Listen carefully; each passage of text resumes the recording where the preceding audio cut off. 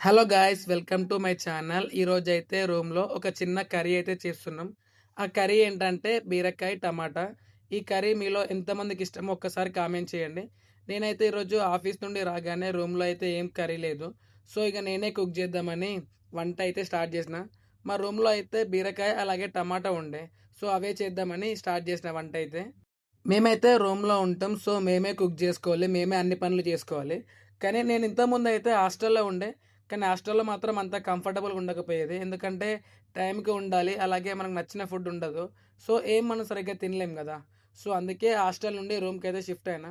రూమ్‌లో అయితే నాకు అన్నీ బానే ఉంది కానీ, కొంచెం మనకి వండుకోవడానికే బద్ధకమవుతుంది.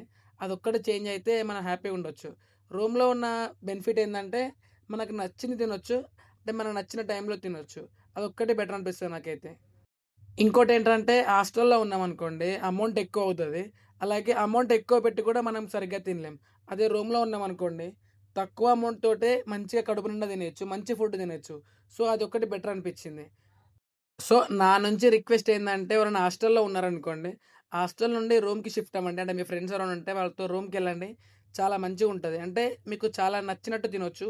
నచ్చిన ఫుడ్ తినొచ్చని జెప్తున్నాను. అందుకే. హాస్టల్‌లో ఉంటే కొన్ని కండిషన్స్ ఉంటాయి గదా!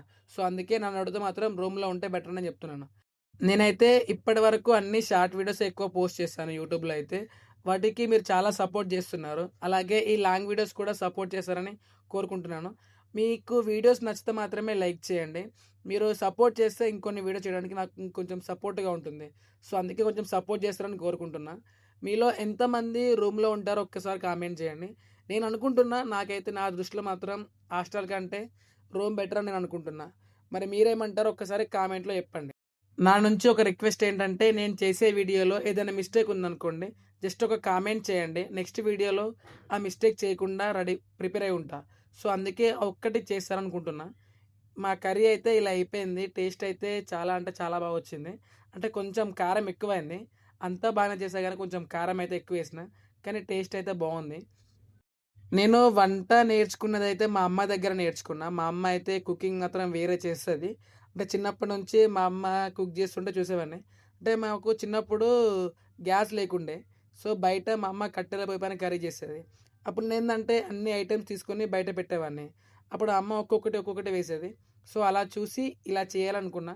ఫస్ట్ ఒక 4, 5 టైమ్స్ అయితే కర్రీ చేస్తే చాలా ఘోరంగొచ్చేది. కానీ దాని నుంచి కొంచెం మారిపోయినా. సో, నా వీడియోస్‌లో కూడా ఏదైనా మిస్టేక్ ఉంటే చెప్తారని కోరుకుంటున్నాను. ఈ వీడియో నచ్చితే మాత్రం లైక్ చేయండి. మళ్ళీ కలుద్దాం నెక్స్ట్ వీడియోలో.